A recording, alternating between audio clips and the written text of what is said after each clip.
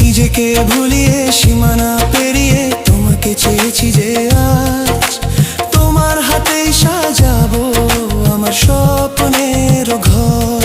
আমি তোমার প্রেমে পড়ে দুনিয়া ভুলে গেছি।